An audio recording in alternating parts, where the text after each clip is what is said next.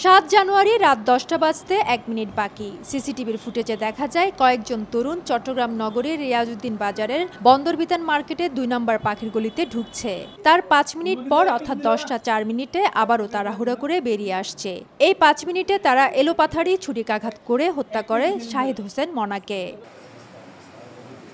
ঘটনার পরপরই গ্রেফতার করা হয় দুজনকে, আর হত্যাকাণ্ডের মূল হোতাসহ আরও ৪ জনকে বৃহস্পতিবার সিলেটের সীমান্তবর্তী এলাকা থেকে গ্রেফতার করে পুলিশ। তাদের নিজেদের মধ্যে আধিপত্য বিস্তারকে কেন্দ্র করে তাদের ভিতরে যে সংঘাতের সৃষ্টি হয়, মনোমালিন্যের সৃষ্টি হয়, সেই ঘটনা থেকেই হত্যাকাণ্ডের শিকার মানুষ প্রাথমিকভাবে আমরা জানতে পেরেছি। রিয়াজউদ্দিন বাজারকে কেন্দ্র করে বিভিন্ন গ্রুপে দীর্ঘদিন ধরে চাঁদাবাজি, মাদক ব্যবসা সহ অপরাধমূলক কর্মকাণ্ড সংগঠিত করে আসছে।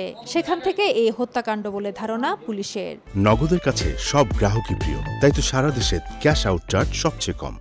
যারা আসলে এই ঘটনা ঘটিয়েছে, জুয়েল সহ তার সহযোগী যারা আছে, তারা আসলে পূর্ব পরিকল্পিতভাবেই আসলে ওখানে সে আছে এটা খোঁজখবর নিয়ে ওখানে গিয়ে আসলে ঘটনাটা ঘটিয়েছে। এদিকে অন্য আরেকটি অভিযানে বাকলিয়া এলাকা থেকে দুর্ধর্ষ এক ডাকাতকে দেশীয় অস্ত্রসহ গ্রেফতার করেছে পুলিশ। এই সময় তার কাছ থেকে ডাকাতি হওয়া স্বর্ণ অলংকার, নগদ অর্থসহ লুট হওয়া মালামাল উদ্ধার করা হয়।